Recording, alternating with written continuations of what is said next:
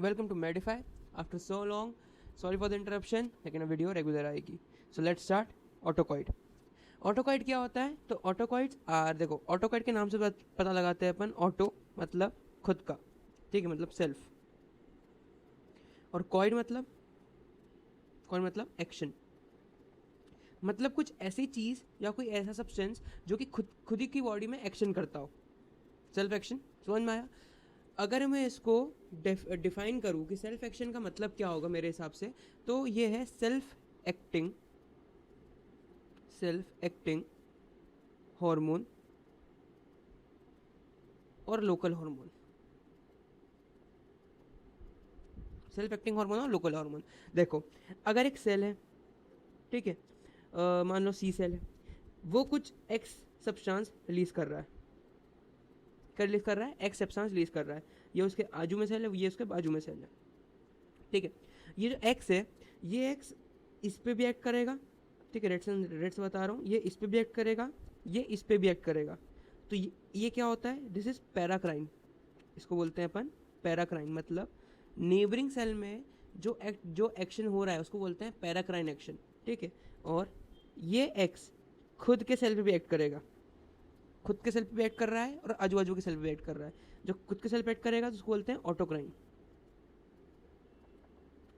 और ऑटोकॉइड्स, और जब ये दोनों चीज़ साथ में होती है, यानी कि पैराक्राइन और ऑटोक्राइन, तो दोनों को मिला के बोलते हैं अपन लोकल एक्टिंग.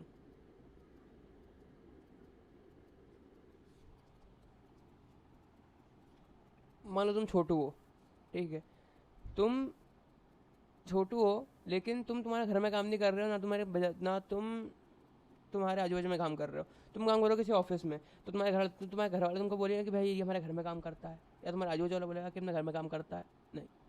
अगर तुम घर की चाय पत्ती या पास वाले का दूध लेने जा रहे हो, तो क्या बोलेंगे? अरे तो लोकल आदमी है, कर लेता है काम अपना. समझ में आ रहा है कि नहीं आ रहा क्या बोल रहा हूँ? हिस्टामीन, या हिस्टामीन कहाँ गया एकदम से, जो भी सब्सटेंस है वो की सेल रिलीज करे, वो खुद उस पैट करेगा, उसको क्या बोलते हैं? ऑटोक्राइन. और जो आजू बाजू पैट करेगा उसको बोलते हैं पैराक्राइन. दोनों साथ में बोलेंगे तो ये it is locally acting self hormone and it is also called autocoid, ठीक है. ऑटोकॉइड कौन कौन से होते हैं? देखो, हिस्टामीन जो है उसको हम थोड़ी सी यहाँ लिख देते हैं, सुनो. हाँ, ऑटोक्राइन जो होते हैं वो अलग अलग चीज़ें होती हैं. अमीन्स हो सकती है, लिपिड हो सकता है, पेप्टाइड हो सकता है, ठीक है, और गैस भी हो सकती है. गैस भी हो सकती है, रुको जरा, सबर करो. हाँ, गैस भी हो सकती है. अमीन में कौन सा होगा? देखो कब से बोल रहा हूँ, हिस्टामीन, और नीचे भी लिखा हुआ है हिस्टामीन, जो कि आज का टॉपिक है, ठीक है, histamine.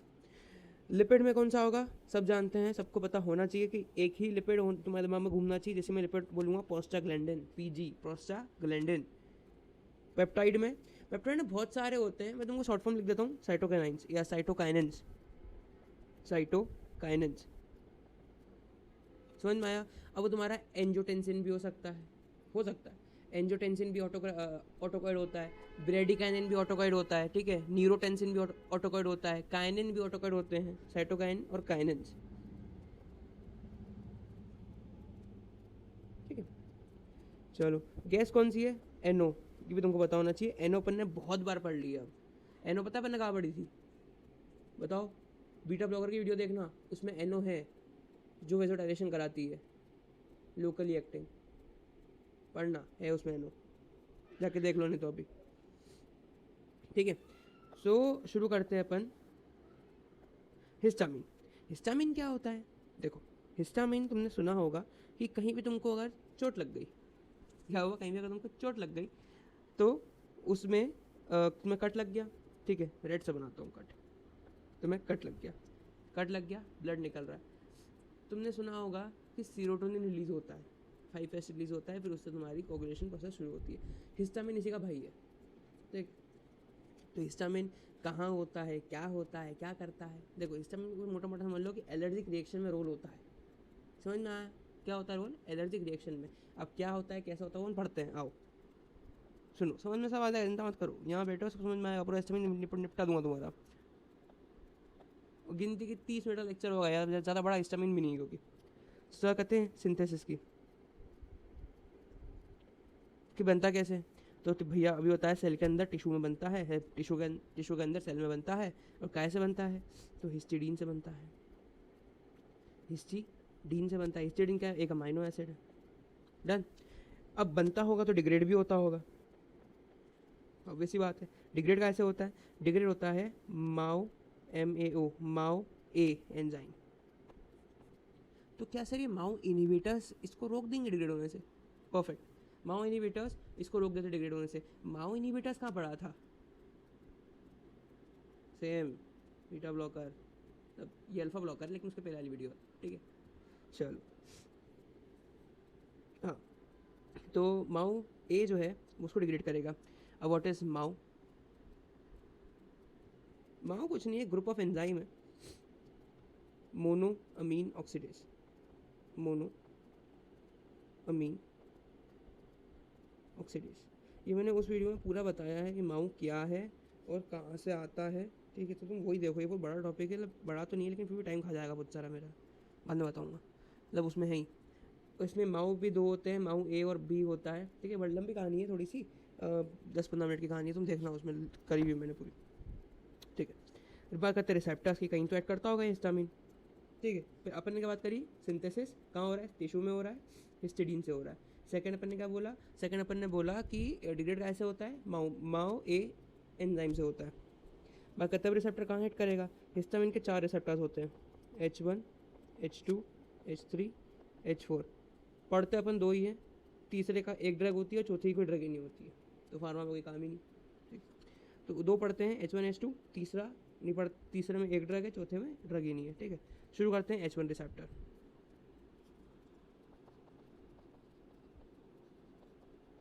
H1 receptor, H1 receptors क्या होते हैं, नहीं पहले H1 रिसेप्टर्स नहीं आएगा, पहले आएगा इसका सिंथेसिस। हाँ, कि बना कैसे, हिस्टिडीन से तो बना, लेकिन बना कैसे, आओ पहले ये देखते हैं। सिंथेसिस,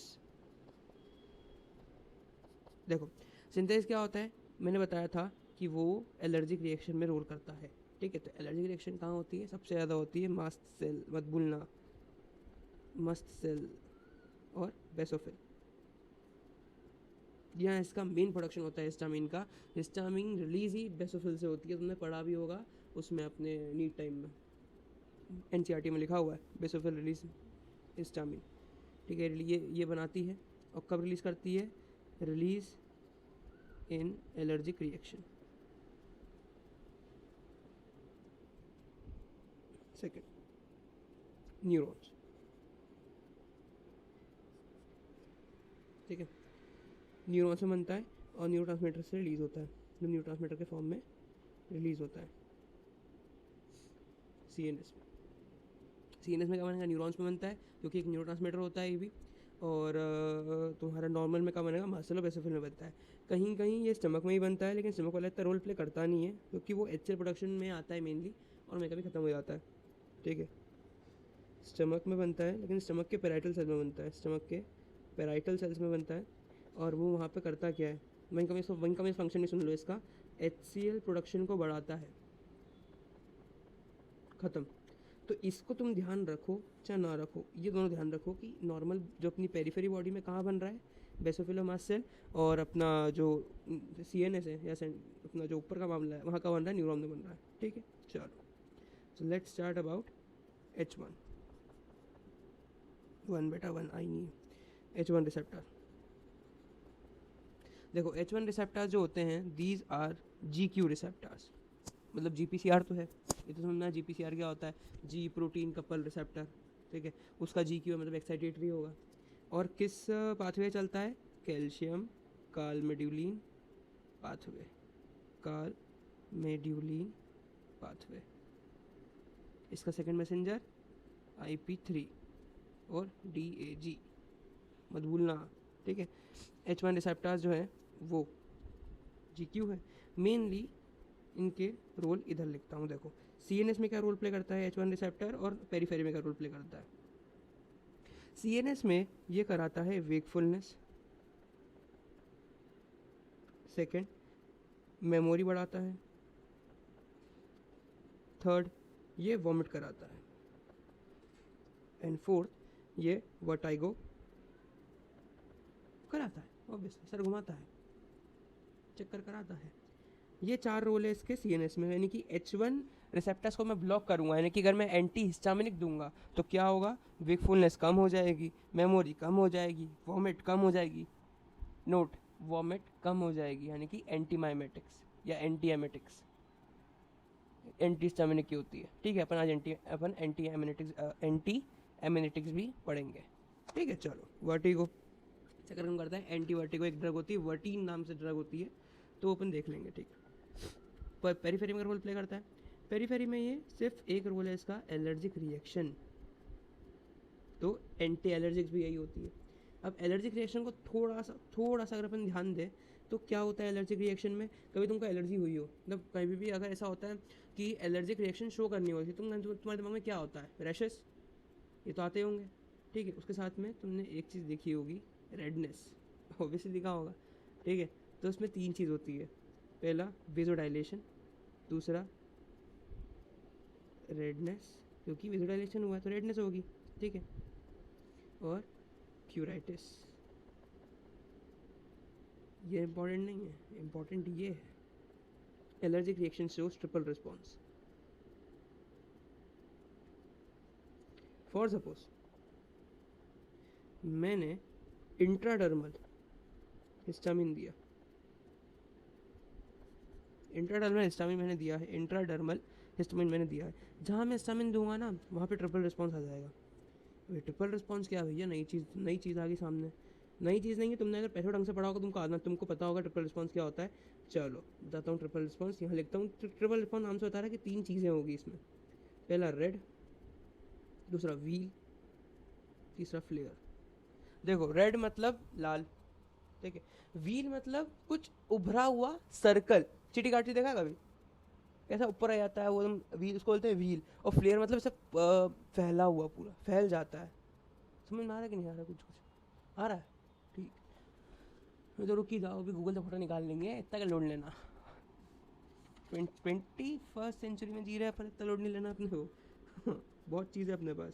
चलो, सो भैया ये हो गया। अब बात करते हैं अपन एंटी हिस्टामिनिक्स यानी कि H1 एंटागोनिस्ट की। सो H1 एंटागोनिस्ट, ये लो में मज़ा आ रहा था यार, H1 एंटागोनिस्ट। सुनो, ये होते हैं 2 टाइप के, मतलब ये कौन है, एंटी हिस्टामिनिक, मत भूलना ये है एंटी हिस्टामिनिक। ठीक है, ये होते हैं 2 टाइप के, फर्स्ट जेन, सेकंड जेन। फर्स्ट जेन में क्या होगा, फर्स्ट जेन में it can cross blood brain barrier, मतलब जो CNS के फंक्शन थे, वेकफुलनेस, वर्टिगो, वॉमिट, ये उनको कम करेगा। ठीक है, और जो सेकंड जेन का था, it do not cross blood brain barrier. ठीक है, ये ब्लड ब्रेन बैरियर क्रॉस नहीं करेगा। इसमें एक एक्सेप्शन आता है ना, exception is always a question, मत भूलना, exception is always a question. Exception cetirizine, बताऊंगा क्या एक्सेप्शन है। ठीक है, पहले सुनो कि ब्लड ब्रेन बैरियर क्रॉस नहीं करेगा, ब्लड ब्रेन बैरियर को क्रॉस नहीं करेगा, सेकेंड जनरेशन एंटी हिस्टामिनिक्स। तो ये क्या हो गया, सिर्फ एंटी एलर्जिक हो गया, एंटी एलर्जिक हो गया। वही अगर अपन इसकी बात करें तो इसके साइड इफेक्ट ले लो या नॉर्मल इफेक्ट ले लो, उसके ऊपर नॉर्मल इफेक्ट की बात कर लेते हैं। क्या क्या इफेक्ट देगा, सबसे पहले सिडेशन, क्योंकि वेकफुलनेस हो रहा था H1 से, है ना, तो ये कॉज कराएगा, सिडेशन कॉज कराएगा। सेकंड, मेमोरी लॉस, क्योंकि मेमोरी वो बढ़ा रहा था, ये कम करेगा मेमोरी लॉस। तो सर ये कैसे दे दें यार, ये तो मेमोरी लॉस करा देगा। अरे तो भैया दे तो सही, तेरे कौन सी हार्ड करके पूरी हार्ड डिस्क क्रैश हो गई तेरी एक गोली खाने से, ऐसा कुछ नहीं होता। न्यूरॉन्स बठेरों हैं तेरे ब्रेन में। ठीक है, तो अगर 2 न्यूरॉन्स तेरे ख़त्म भी हो जाएंगे तो कहीं बहुत पुराने न्यूरॉन ख़त्म होंगे, जिसमें बहुत पुरानी मेमोरी तेरी होगी। ऐसा नहीं होगा कि तू वोमिट के लिए दे रहा है, तेरी पूरी हार्ड डिस्क क्रैश हो गई, तो कल तो कर रहा है मैं कौन हूँ, मैं कहाँ से आया हूँ, ऐसा नहीं होता है। ठीक है, चलो, सिडेशन, मेमोरी लॉस। तीसरा, एंटी माइमेटिक या एंटी एमेटिक, मतलब उल्टी वाली एंटी एमेटिक। और चौथी है एंटी वर्टिगो।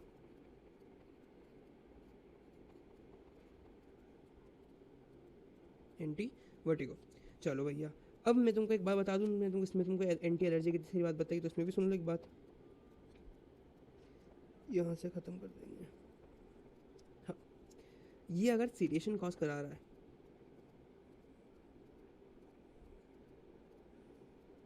तो क्या अपन इसको पायलट्स में देंगे? बताओ, अगर ये सीडेशन कॉज कराएगा तो क्या पायलट्स में देंगे? भाई वो प्लेन उड़ा रहा है, सो गया, दोगे पायलट में? नहीं दोगे ना, कॉन्ट्रा इंडिकेटेड है। तो it is Contra indicated in pilots, drivers और मशीन ऑपरेटर्स। ठीक है, machine operators Contra indicated in day time, mainly देते नहीं है डे टाइम। अगर मान लो कि औरत जो कुछ जिसको कुछ वही नहीं, मतलब कोई वो हाउस वाइफ है, ठीक है, तो दे दो, क्या फर्क पड़ता, दे दो, Contra indicated during day time.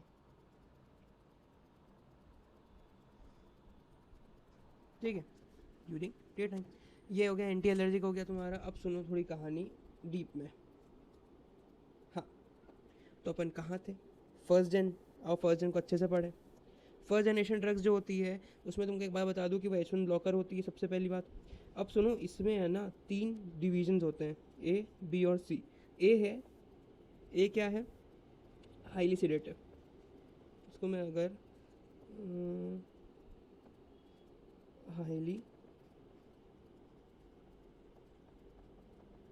Highly sedative, what is a? Is highly sedative, मतलब बहुत ज़्यादा ही सिडेशन कॉज कराती है। मतलब आदमी गोली लेगा, मुश्किल से मुश्किल आधा घंटा नींद आने लगेगी उसको।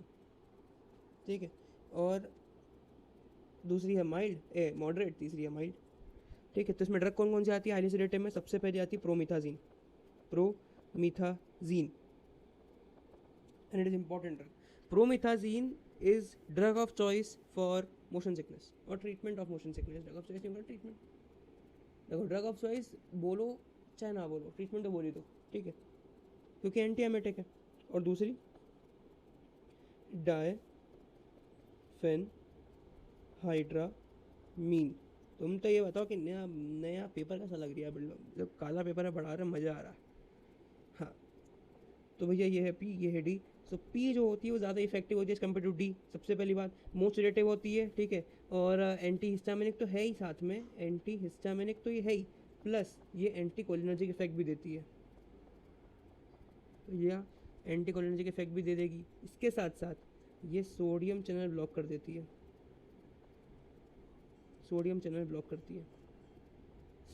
ठीक है, मतलब लोकल एनेस्थेटिक।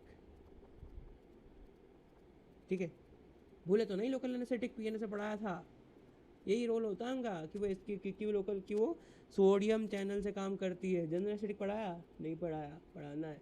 कब पढ़ाऊंगा? सीएनएस में पढ़ाऊंगा, जब सीएनएस आएगा। ठीक है, बोला था लेकिन नहीं करा, टाइम नहीं है। ठीक है, चलो, तो ये हो गया एंटीकोलिनर्जिक्स हो गए। एंटीकोलिनर्जिक में क्या इफेक्ट देगा? क्या इफेक्ट देगा? कुछ ज़्यादा इफेक्ट नहीं देता ये। एंटीकोलिनर्जिक मतलब एसिटाइलकोलिन कम कर देगा, तो एसिटाइलकोलिन कम कर देगा।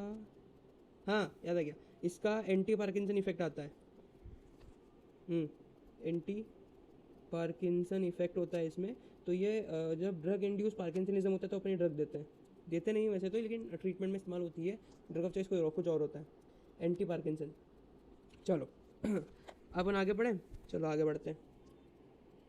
ये हो गया, थोड़ा आगे बढ़े जाएं कि प्रोमिथाजीन, डायफेनहाइड्रामीन।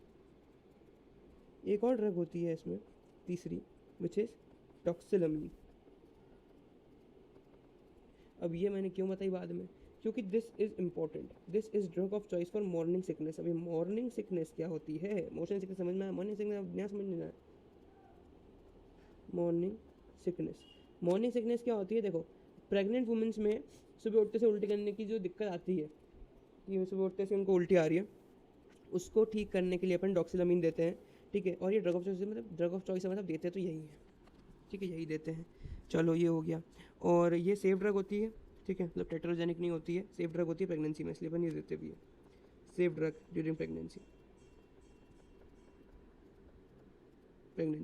चलो, next we have to start about moderately sedative, B.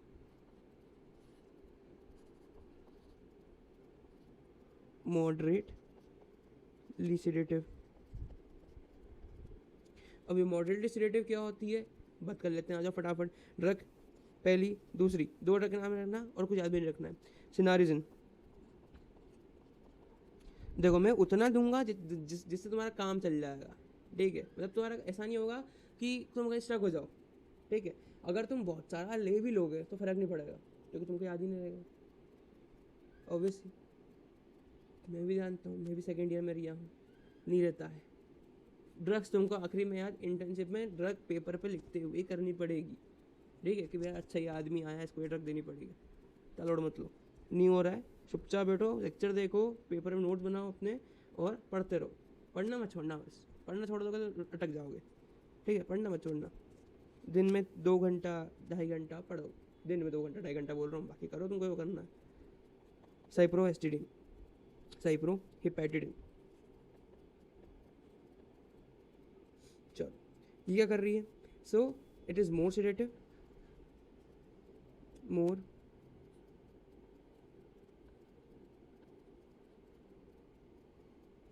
More sedative, और इसमें अपन देते हैं इन सी सिकनेस। अरे बहन की, अभी तो मॉर्निंग सिकनेस से उभरे नहीं थे कि सी सिकनेस आ गई। देखो सी सिकनेस होता है, तुमको पता होना चाहिए कि जब वो नदी में जब जाता है आदमी उल्टी करता रहता है, देखा होगा टाइटैनिक में तो कोई था नहीं वैसे, अभी देखना कोई शिप में जाओगे तो उल्टी करता रहेगा कोई इंसान, उसको होती है सी सिकनेस, ठीक है। तो उसको सिनारिजन देते हैं। सिनारिजन क्यों देते हैं? क्योंकि आदमी अपना थॉट ये रहता है कि आदमी उल्टी करे, उससे अच्छा सो जाए, ठीक है। Also block calcium channel on vestibular nerve. जो वेस्टिबुलर नर्व भी तुम्हारी एक्टिव नहीं होगी, तुम क्या ही उसको उल्टी कराओगे, ठीक है। तभी तो सी सिकनेस में थे, क्योंकि जो शिप होती है वो उसका जो बैलेंस होता है वो मेंटेन नहीं रह पाता है। तो अगर मान लो कुछ वेव, तो कोई हाई टाइड आई या कुछ वेव आई, तो शिप पूरी ऊपर नीचे होती है, तो उससे उसको उल्टी ज़्यादा, तो उसको ज़्यादा हिट नहीं करे, ठीक है। एंटी हिस्टामिनिक होती है, सेकेंड अपनी सेप्रोहेप्टेडिन प्लस एंटी सेरोटोनिन भी होती है,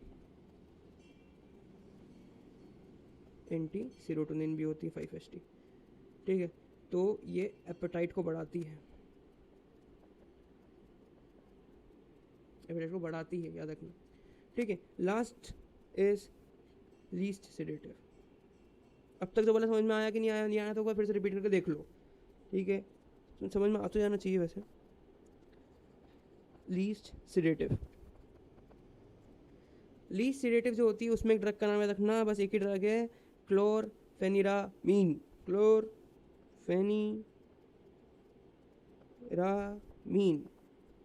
chlorpheniramine, what is this? This is first generation drug, first generation antihistaminic और लीस्ट सेडेटिव।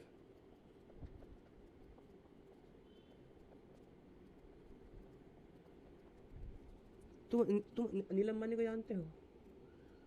हाँ वही मुकेश का भाई, जानते हो? अमीर है कि गरीब है? बैंक करप्ट है, राइट।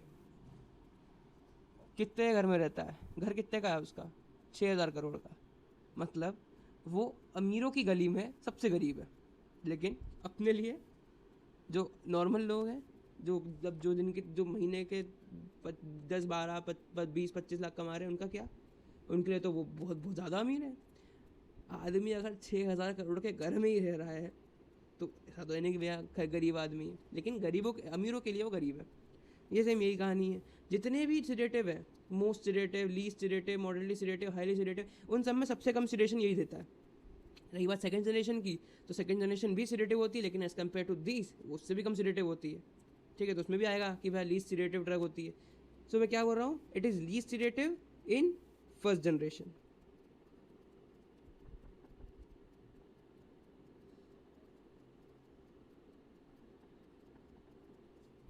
ठीक है। और इसको देते हैं ड्यूरिंग, मतलब दे सकते हैं गिवन इन डे टाइम, ठीक है। यही है, और कुछ रोल नहीं आता। एंटीमाइमेटिक है, दे रहा हूँ दे दो, नहीं दे रहा मत दो। ये हो गया। उसके बाद बात करते हैं अपन सेकेंड जनरेशन की। सेकेंड जनरेशन मैंने क्या बताई थी? Anti allergic. अभी H1 ही चल रहा है, ये मैं सोचना कि H2 आ गया है। H1 का सेकेंड जनरेशन चल रहा है, तो इट इज़ एंटी एलर्जिक। इसकी प्रॉपर्टीज़ क्या थी? तो इसकी प्रॉपर्टी ये थी, तो बड़ा प्रकाश हो गया, हाँ ठीक है। हाँ, तो इसकी प्रॉपर्टी क्या थी, प्रॉपर्टीज इसकी थी इट इज या it can not cross, it can't cross blood brain barrier, it can't cross blood brain barrier, ठीक है। ये लैक करता है एंटी कोलिनर्जिक इफेक्ट, तो अपने को चाहिए भी नहीं वो, तो एंटी कोलिनर्जिक इफेक्ट लैक करता है, मतलब ये एनेस्थेटिक लोकली उसमें पार्किंसन में काम नहीं आएगी, ठीक है। और इसमें एंटी एलर्जिक इफेक्ट है, एंटी एलर्जिक हो गया। चलो, ये यूज़ होती है in treatment of mild to moderate allergic reaction. तुमने जब हाइपर सेंसिटिविटी रिएक्शन पढ़ी होगी मेरी, तो मैंने तुमको एक टर्म बताया था एनाफाइलेक्सिस, बताया था कि नहीं बताया था, बताया था, पैथो जाके देखो। हाँ, तो एनाफाइलेक्सिस जो है ये बड़ी चीज़ होती है, ठीक है, मतलब एक हाइपर सेंसिटिविटी टाइप 4, समझ रहे हो, तो ये बड़ी चीज़ है, ये बहुत ज़्यादा ही एलर्जिक रिएक्शन होती है, मतलब बहुत ज़्यादा इसमें जब चीज़ें इतनी वर्स हो जाए कि आदमी सांस नहीं ले पाए, एनाफाइलेक्सिस का सांस नहीं ले पा रहा है, ये तो बात है, तो आदमी सांस नहीं ले पा रहे हैं, तो उसमें क्या कर रहे हैं अपन, उसमें इसके ड्रग ऑफ चॉइस क्या होती है, एड्रेनलिन के शॉट ऑफ एड्रेनलिन या एपिनेफ्रिन, और शॉट का अपने को ये तुमको पता होना चाहिए एज बीइंग अ मेडिको कि 0.5 ml अपन इसको एड्रेनलिन देते हैं, किस कंसनट्रेशन का एड्रेनलिन होता है जो अपन इसको देते हैं, ये भी सुन लो, एड्रेनलिन 0.5 ml देते हैं, 1:1000 की कंसनट्रेशन में देते हैं, ठीक है। So mild to moderate allergic reaction, ये कौन सी रिएक्शन है, नॉर्मल अपने हे फीवर हो गया, सेकेंड रैशेज हो गए, कफ हो गया, कफ ड्यू टू एलर्जी, इंपॉर्टेंट है कि कफ का कॉज एलर्जी होना चाहिए, और यूर्टिकेरिया, ये यूटी समथिंग आता है मतलब। हाँ, तो भैया ड्रग कौन से होगा, फटाफट ड्रग बताओ आप। तो सबसे पहला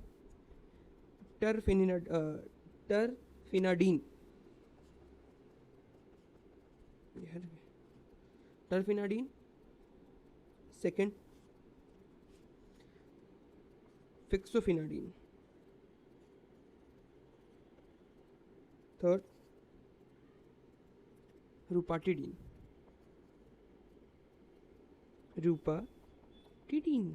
ओके। सो जो अपनी ये टर्फिनाडीन है, टर्फिनाडीन अपन देंगे कि नहीं देंगे, क्यों नहीं देंगे, ज़रूर देंगे, ठीक है। तो टर्फिनाडीन, लेकिन एक कहानी होती है कि टर्फिनाडीन जो होती है वो CYP से वो होती है, मतलब CYP का सबसेट होती है, मतलब ये डिग्रेड होती है किससे, अगर मैं इसको थोड़ा साइड में अच्छे से बताऊं, क्योंकि अच्छी चीज़ है ये, ठीक है, क्वेश्चन आता है TORA पे, मतलब टर्फिनाडीन पे। हाँ, अगर बात करूँ टर्फिनाडीन की, तो टर्फिनाडीन जो होती है ना, वो CYP3A4 सबस्ट्रेट होती है, मतलब CYP3A4 से ये डिग्रेड होती है, समझ में आया। तो अगर मैं टर्फिनाडीन को किसके साथ दूं, CYP इनहिबिटर्स के साथ, किसके साथ दूं, CYP इनहिबिटर, जैसे कि एरिथ्रोमाइसिन हो गया, ठीक है, कीटोकोनाजाइड हो गया, तो क्या होगा, CYP इनहिबिटर्स के साथ दूं, अरे यार, इनहिबिटर्स के साथ दूं, जैसे कि एरिथ्रोमाइसिन, सबसे इम्पोर्टेंट वो कॉमन जो है एरिथ्रोमाइसिन, तो उससे क्या होगा, उसमें यहाँ पे इसकी ब्लड लेवल बढ़ जाएगी, टर्फिनाडीन की ब्लड लेवल बढ़ जाएगी, तो यहाँ पे यहाँ पे QT इंटरवल को बढ़ाता है, which leads to a condition which is called as torsades de पॉइंटिस।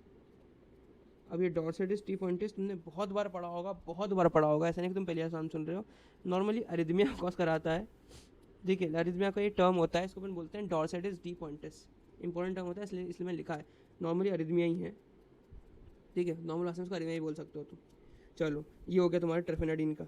फिक्सोफिनाडिन की बात करोगे यहाँ पे, फिक्सोफिनाडिन जो होता है वो टर्फिनाडिन का एक्टिव फॉर्म होता है, एक्टिव फॉर्म ऑफ टर्फिनाडिन, ठीक है। तो यहाँ पे अरिथमिया का या फिर ये टॉर्साइटिस डी पॉइंटिस का कोई रोल नहीं रहता। Active form of terfenadine, no arrhythmia, ठीक है। लास्ट इज रुपाटिडिन, ये इनिबिट करता है PAF को, किसको इनिबिट करता है? PAF को, प्लेटलेट एक्टिवेटिंग फैक्टर को इनिबिट करता है। समझ में आया आप लोगों ने कहा समझा कि नहीं समझ में आया? सच सच बताना, ठीक। Now let's discuss about H2 receptors. H1 खत्म हो चुका है वहाँ पे, अब शुरू करते हैं अपन H2 रिसेप्टर। तो H2 रिसेप्टर कहाँ होता है, सुन लो फटाफट। H2 receptors are present on parietal cell, ठीक है, पेराइटल सेल ऑफ स्टमक, ठीक है। और ये कौन सा टाइप का रिसेप्टर होता है? तो it is GS receptor. GS यानी कि ये जो अपना काम धंधा करेगा वो किस पाथवे से करेगा? तो CAMP, साइक्लिक AMP वाले से करेगा, ठीक है, जो नॉर्मल अपना होता है CAMP, तो ओके। उसके बाद अपन बात करते हैं H2 ब्लॉकर्स की, फटाफट बात कर लो H2 ब्लॉकर की। तो H2 ब्लॉकर और ड्रग्स की बात करेंगे। सब ड्रग्स कौन कौन सी H2 ब्लॉकर्स की? विच इज सिमेटिडीन, ठीक है, सिमेटिडीन। सेकंड रेनिटिडीन, साइटिडीन वाली है ना, लोफाटिडिन, लोफाटिडिन, ये 3 ड्रग है, इसको याद कर लो, हो जाएगा तुम्हारा काम खत्म। देखो जो अपनी सिमेटिडिन है वो अपन प्रिस्क्राइब नहीं करते हैं, क्यों नहीं करते हैं? Because it is less potent, least potent, least potent, ठीक है, क्योंकि ये मैक्सिमम CYP इनहिबिटर्स होती है, CYP इनहिबिटर होती है, तो इसलिए अपन उसको प्रिस्क्राइब नहीं करते हैं, ठीक है। दूसरी ranitidine, ranitidine is more potent, मतलब ज़्यादा अच्छी होती क्योंकि ये लेस CYP इनहिबिटर का इफेक्ट देती है, ओके। और लास्ट में देखो हमको लिखा है लोफाटिडिन, ये अपन क्यों देते हैं? Because it also increase somatostatin, somatostatin मतलब ये HCl सिक्रीशन को रिड्यूस, HCl प्रोडक्शन को रिड्यूस भी कराती है, ऑल्सो रिड्यूस HCl प्रोडक्शन। मेरी बात सुनो, इनका मेन रोल क्या था? ये H2 पे काम करते हैं और ये HCl को बढ़ाते हैं। लोफाटिडिन ड्रग जो कि होती है, जो कि मार्केट में अपन इस्तेमाल करते हैं, ये HCl प्रोडक्शन बढ़ाती है, नो डाउट, लेकिन लेवल में रखती है। बात करें रेनिटिडिन की तो वो बढ़ा देगी, मैक्सिमम कर देगी, इतना करेगी कि तुमको एसिडिटी होने लग जाएगी, समझ में आ रहा है? तो उस एसिडिटी से बचने के लिए फिर दूसरी ड्रग लो, एंटासिड लो, ठीक है। तो लोफाटिडिन निकाली गई नई ड्रग जिसमें एंटासिड की जरूरत ना पड़े, ये खुद से सोमेटोस्टेटिन का प्रोडक्शन करा के जब HCl प्रोडक्शन तुम्हारा हो जाए कि हाँ ठीक है अब हो रहा है, तो सेल्फ ही वो HCl प्रोडक्शन कम कर देगी। समझ में आया क्या? Okay. The next receptor is H3, लंबी से लाइन खींच दो एक, चलो H3 रिसेप्टर। मैंने कहा था H3 रिसेप्टर पे एक ड्रग है, उसको पढ़नी खत्म, वो ड्रग की तुमको याद रह जाएगी, इतनी बारी ड्रग है। हाँ, तो H3 रिसेप्टर क्या है याद रखना? प्री साइनेप्टिक ऑटो रिसेप्टर है। क्या है ये? अरे खत्म हो जा रहा है।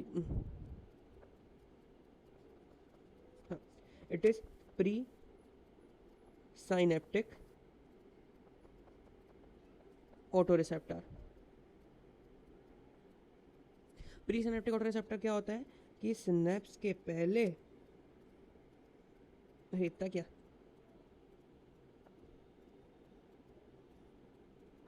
हाँ ब्लू से बनाएंगे, सिनेप्स के पहले होता है और मान लो यहाँ पे प्रेजेंट है, गेरा, ठीक है, कहाँ गया?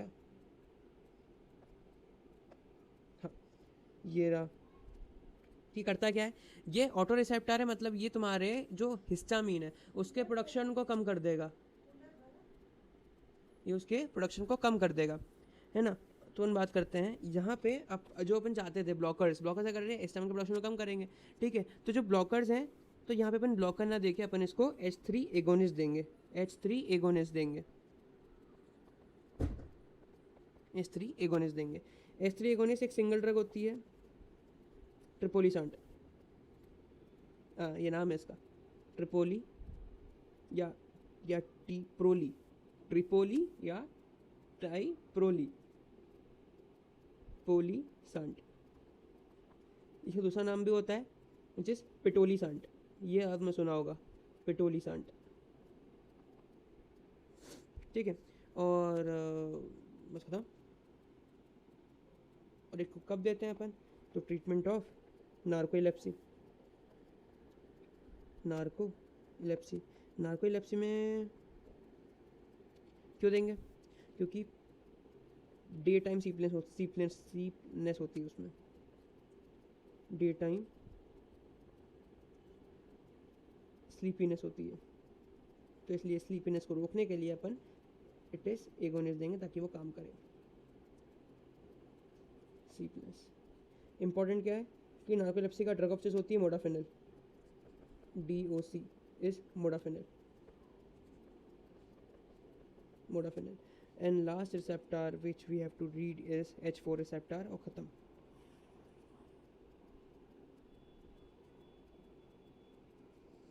H4 रिसेप्टर मैंने कहा था कोई ड्रग ही नहीं है इसकी, ठीक है। क्यों नहीं है, क्योंकि ये इतने चित्र तक पढ़ा नहीं गया है, ये GI रिसेप्टर होता है, इतना अपने को पता है। ये कौन सा रिसेप्टर होता है, H3 भी GI रिसेप्टर होता है, क्योंकि इनहिबिटर होता है ना, ऑटो रिसेप्टर होता है। प्री सिनेप्टिक ऑटो रिसेप्टर इसके पहले भी अपन ने पढ़ के रखा है, ठीक है। ये मैं बोलना कि पढ़ के नहीं रखा है, अब वो कहाँ पढ़ा था वो दिमाग से उड़ा उतर गया मेरे, कोई बात नहीं, पढ़ के रखा है लेकिन ठीक है। H4 receptor is GI receptor, मतलब इनहिबिटरी होता है। और यहाँ पे it is related to WBC, it is related to WBC, ठीक है। मतलब ये कीमोटैक्सिस में रोल कराता है, उसकी कोई ड्रग अब तक पता नहीं चली, क्योंकि इसको पढ़ा नहीं गया अब तक, ठीक है। सो बहुत इंपॉर्टेंट चीज़। धन्यवाद आपका, आप यहाँ तक आए और आपने हिस्टामिन पढ़ा। ऑटोकाइड के लेक्चर सलंग आएंगे, दर दर लगे, पूरा ऑटोकाइड खत्म हो जाएगा। 2 दिन में पूरा ऑटोकाइड खत्म करने का मैंने प्रण लिया है और ख़त्म करूँगा, ठीक है। आज हिस्टामिन आ गया, हो सकता है सेरोटोनिन भी आ जाए, या कल आ जाए सेरोटोनिन, फिर बचेगा क्या, प्रोस्टाग्लैंडिन, और लास्ट में गाउट और अपना रूमेटॉइड आर्थराइटिस। Thank you.